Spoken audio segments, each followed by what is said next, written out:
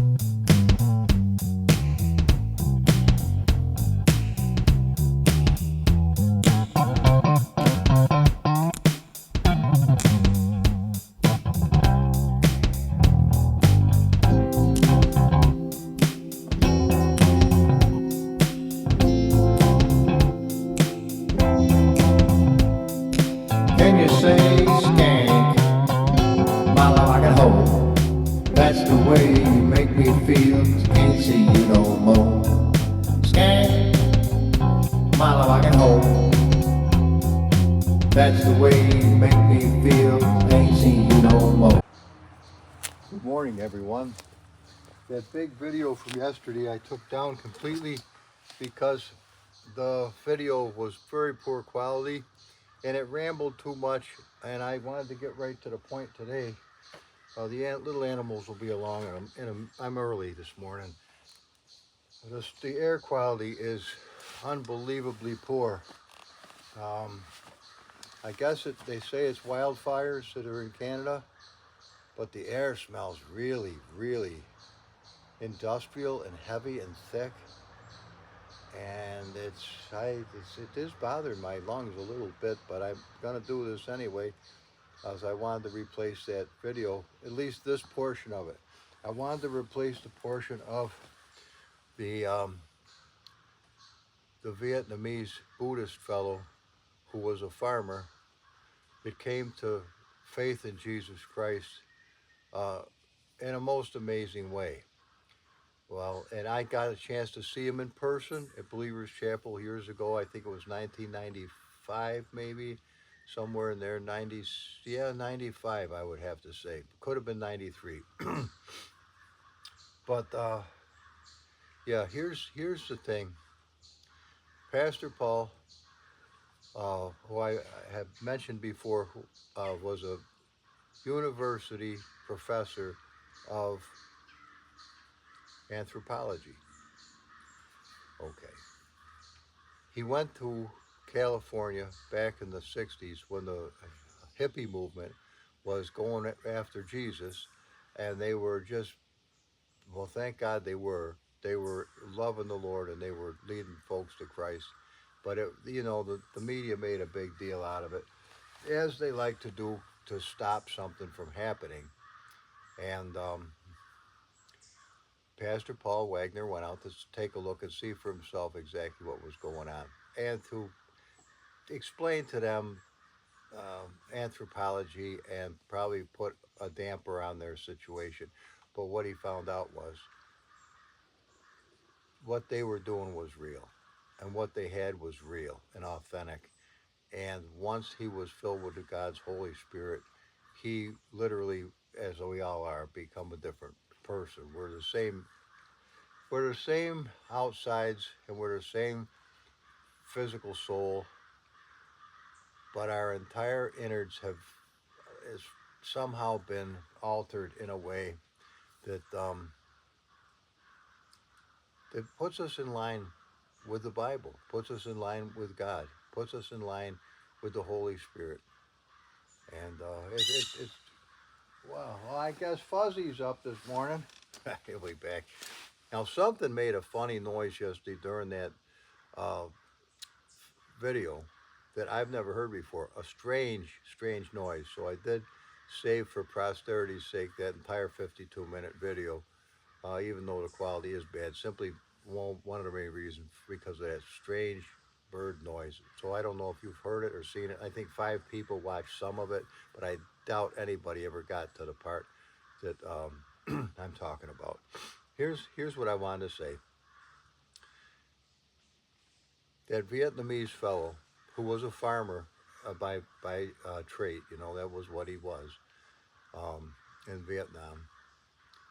His wife one day came home after talking with a Red Cross Christian missionary. Well, she wasn't really a missionary. She was Red Cross. She was a nurse, and they went over the Bible together. And she was convinced that Jesus Christ indeed was the Son of God, and well, he still is. But to stay with it best I can. It's hard to tell a story twice and have it come out halfway decent the second time, but I'm going to give it my best try.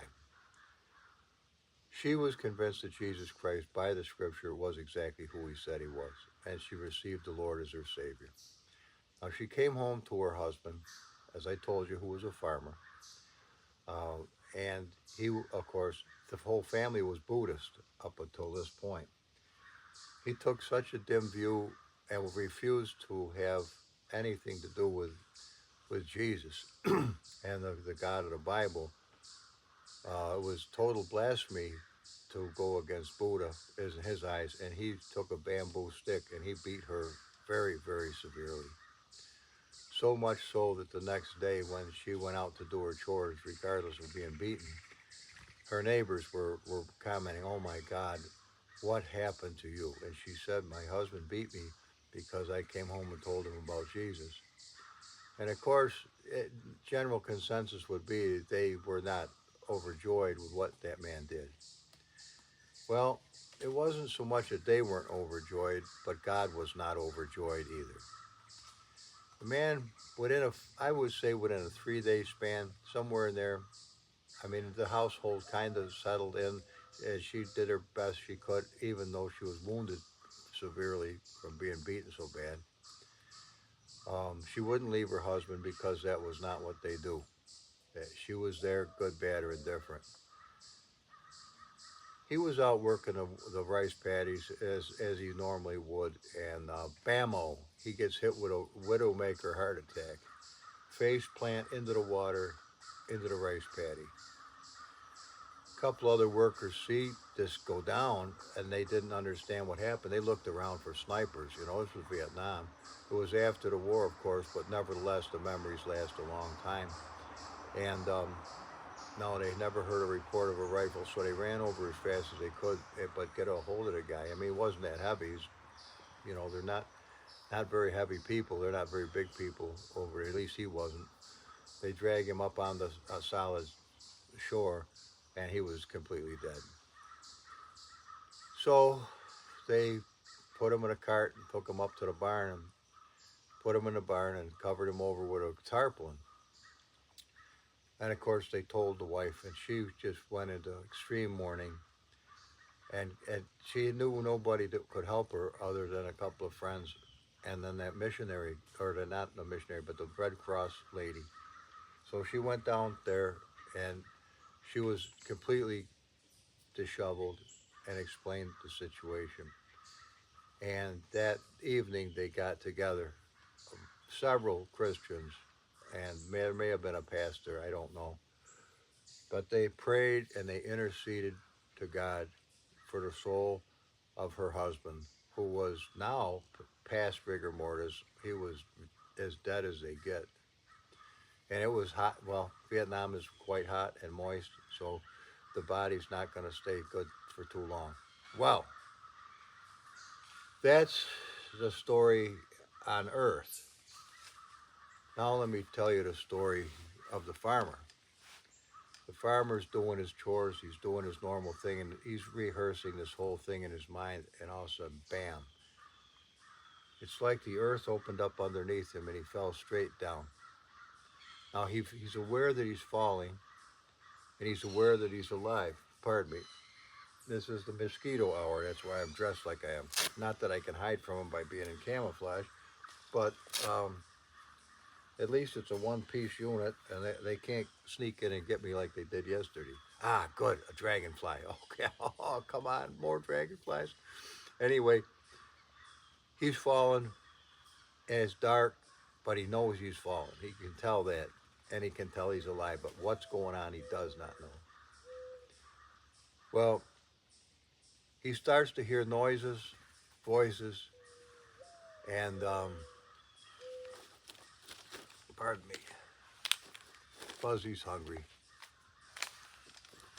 You'll see him in a minute. I know he flew up into the tree. Fuzzy, come here, buddy.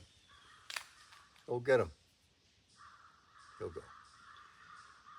He hears these noises. He finally touches down on a stone road. And the sides he could feel, because it's dark for the most part, but he could feel that there was definite walls on both sides of where he was. There he goes. There goes Fuzzy. And man, the air smells horrible in real life. He begins to walk. Well, it was a declining, circular, semicircular, from what he could tell, path leading downward. And he can hear the voices louder downward, so he that's the only way he really could go. I suppose he could have tried to go up the other way, but he didn't say in his testimony that I heard from. I was at least front row or second row back. I think I was front row. No, I was second row back. I think Billy Powers was with me that day to hear this testimony of this Vietnamese man. All right, he's telling us in his own. He could speak enough English you could understand him barely, but you could look at his face and know exactly what he was saying and how serious he was. So he came up to this procession of Buddhists. They're all dressed in their Buddhist outfits, that they wear. And none of one of them was talking to one another. They were maybe making noises and humming or what have you, but they just kept walking one after the other, one after the other. And this went on for some time. How long? He didn't say. But eventually they come around the corner, and maybe there was enough light somehow. Whether they had candles, I don't know how they saw this, but there was an opening in the stone, and there was a superscription written over the top, which said to the event, it was written in Vietnamese, it said, "All who go beyond this point, there is no hope." So once he reads that, he's very, very scared now. He realizes something is very drastically wrong. He's playing over in his mind, I was just working in the rice paddy, and how did I get here? And what's going to happen to me? Now, fast forward back to the Christians praying with the woman. They're in tears. They're petitioning God with everything they knew they could possibly do. They're holding on to one another, trying to comfort this woman who is just a basket case. And next thing you know, the guy is about 10 yards from going into the opening. He is back in his body under the tarp, and the smell was deafening. He got out from under the tarp. He could see, and he wandered to the house. He gets to the house and goes in, and the people, they look up, and there's this dude standing there who had been dead for a day, and they freak out. The woman, when she sees and hears the noise that they make, she looks and sees him and bolts and just dives right into his arms and just hugs him and just is crying as she's holding on to her husband.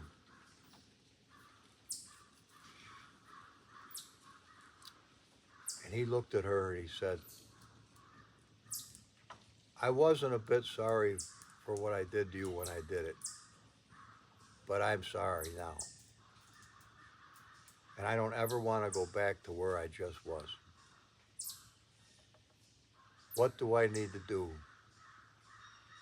to get what you've got to receive Jesus Christ? And the rest of them gathered around him, and they explained to him from the Bible, Old Testament, as well as Proverbs, as well as Psalms, as well as the New Testament. And within a short span of time, half hour, 45 minutes, he believed. He said, yes, I do believe. I do. I denounce Buddha. I want Jesus Christ. I want the God of creation. And he became saved. Now, what became of him after that, I believe that, well, I know one thing. The household was in harmony. He loved his wife dearly. She stayed with him. And somehow Pastor Paul, I think, was on a plane trip, and he ended up talking to the guy somehow, and he heard the testimony. He said, I've got to have you come to New York. Would you please, if we help you get here, tell this to my congregation? And he agreed, absolutely, yes. So I had a chance to actually talk with him, and I, as I say, I was riveted to the message that he was saying, because it was so outstanding. And I was going through hard times at home at the time with my own wife. It was, but we won't get into that. It was a very difficult time. It had been for a long time. And I was about losing hope. And I had tried just about everything. I tried a 3-day fast, but I made it 2 days, and I ate. And, well, I don't know if that had anything to do with it. But that was the testimony that I wanted to say today, specifically. And I want to see if it's recording in 1080p, because I don't want to waste any more time with a shitty video, because I'm still using up space, and I don't want to put up creepy videos. I want them to be good quality. So let's cut it off right here. Jesus Christ is Lord, to the glory of God, to the pulling down of strongholds, and he can be your Lord also if you will learn from the Bible that he really is. Because it's not just saying a sinner's prayer that has no foundation in the Bible at all. And with a weak foundation, it doesn't take much to knock you right off. You say, to hell with the whole thing, and away you go. So come on.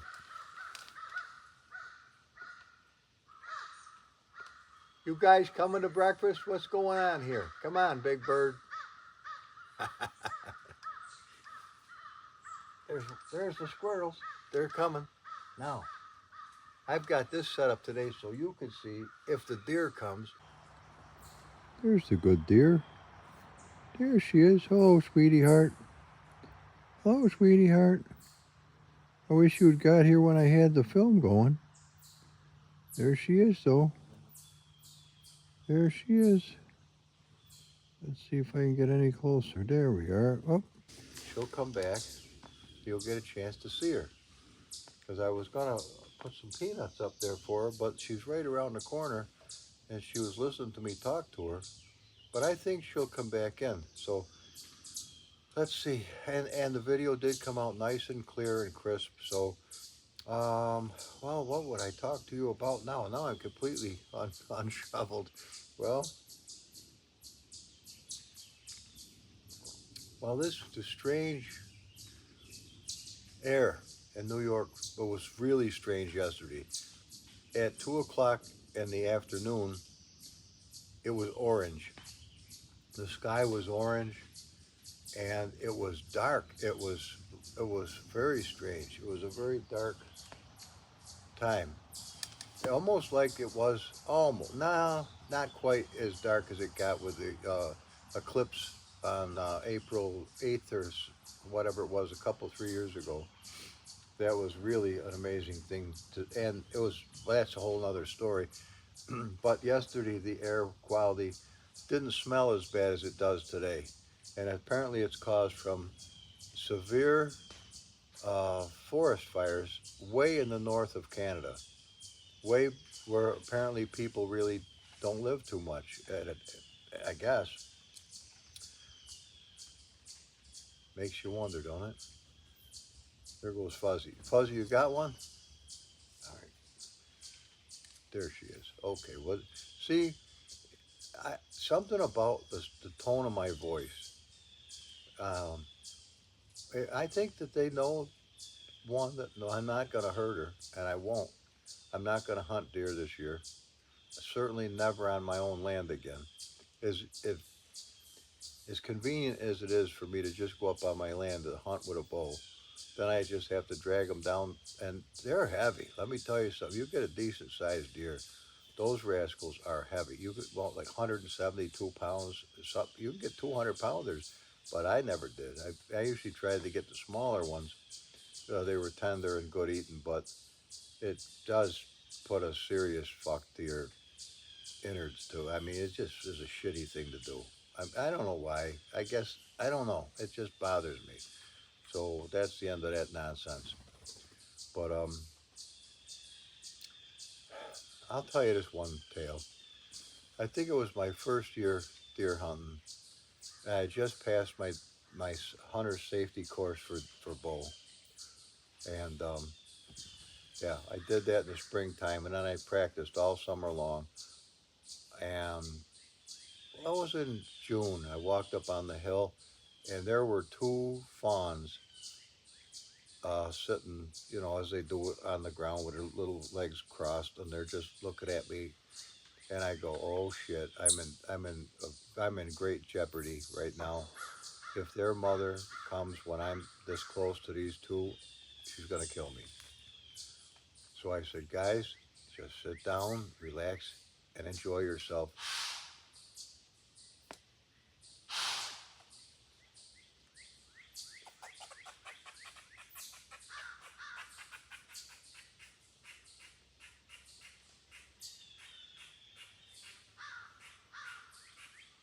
That's not the same mother. So I went ahead and I walked away from them, and I started going from target bag to target bag like I was, and I look over my shoulder and they're right there. They're following me. They followed me for at least an hour going around my land, target bag to target bag. Now they kept their distance, but they followed me. And I kept telling them, "Please go back to your mother. Would you go back? I mean, she's got to be around someplace. You definitely don't want to to get too used to me." Well, I think there was a bond of some type formed, and they did. Whenever I was up there, they would come and walk along, and I did see the mother a couple times, but she was always stood off a ways and watched this whole thing. When it came hunting season that year, and I did hunt on my land, I was determined I was not going to harm them or the mother. I would go in the pitch dark about an hour before sunrise, and with my climber and all my stuff on my back. And I would go up, and I had a special tree that I really liked. It was almost like a pole. It was a tulip tree, and very soft, and kind of just like a palm tree, really, as far as being straight up. You could go 40, 50 feet up in it and tie off, and you have a commanding view of what's going on. And apparently, deer don't usually look up as they're scooting around because, generally speaking, that's not where any enemies will come from. Lo and behold, um, I no sooner get attached to the tree than I hear noises behind me, and I turn, and here's the two fawns that now had grown up. They had lost their spots, but there they were. My Chihuahua. So I went up the tree, and they laid down right under the tree. And I thought to myself, well, my goodness, this has got to be the best kind of bait you could possibly have, because deer they congregate quite often. If they see these two sitting under the tree, they're going to not be alerted to the fact that there's danger. They'll figure these deer would have known if there was. And I thought that would be a really nice cover for me. And I didn't get a deer that day. But they stayed there for at least 2 hours, at least, just sat, and then they wandered off on their own, little tails going and the way they went. And it was back in the drinking days. I went over to a buddy of mine's house for dinner, and holy shit, it ended up one of those long nights where it's not just dinner. I got fucking hammered.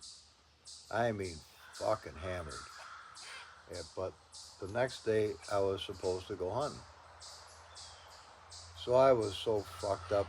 I mean, I don't know if you've ever been this way, but I hope you never have. And if you haven't, don't do it. Just, you feel sick to your stomach and you're just not right. And so I went up to my area up above. And what the fuck? Some dude right on the other side of my land has got a little tent set up, but he's hunting fucking turkeys. I thought, what a complete douchebag. I mean, I've got postage signs, so I got pissed off. And I was going to say something to the guy, but I like Mr. Wright that owns the land, and if this is a friend of his or whatever, what the fuck, I just thought he was a dick. And it pissed me off. So I went to a different tree, and I went up the tree, and I'm chewing and cussing and pissing and moaning. And fuck, here comes a good-sized doe. Yep. I ended up plugging that doe. I spined the poor bastard, so it was crippled. Then I took 3 more arrows in it to kill it. And it had tits with milk in them. It was the mother. Fuck me. I about right then and there said, I am done with this bullshit. I'm done. I mean, I only blame myself. I was hunting when I wasn't as alert as I should have been. I ended up killing their mother. Fuck, hey. And I don't know whatever became of them. I don't know if they lived the winter, to be honest. They were around for a while, but not after that. That's the horror stories of bow hunting. And you ever talk to a bow hunter, they will tell you there's some really fucked up things that can go wrong. And that was one of them. What a downer. That hurt my feelings just now. But, well, at least you did get to see the deer. And you get to hear her snort, because she obviously could smell me, I guess. And that freaked her out, and I guess she's gone for the day. So, well, that's enough. You heard 2 stories about death and destruction. What a cheerful fuck today is going to be. Well, maybe it will get better. And at least they're only tales of yesteryear. All right. We'll call it a day. All right. Thanks, guys. And remember your comments. That's how I can tell you like it or you don't like it, or you're watching or you're not watching. Yes, I will be happy to read them. Bye-bye now.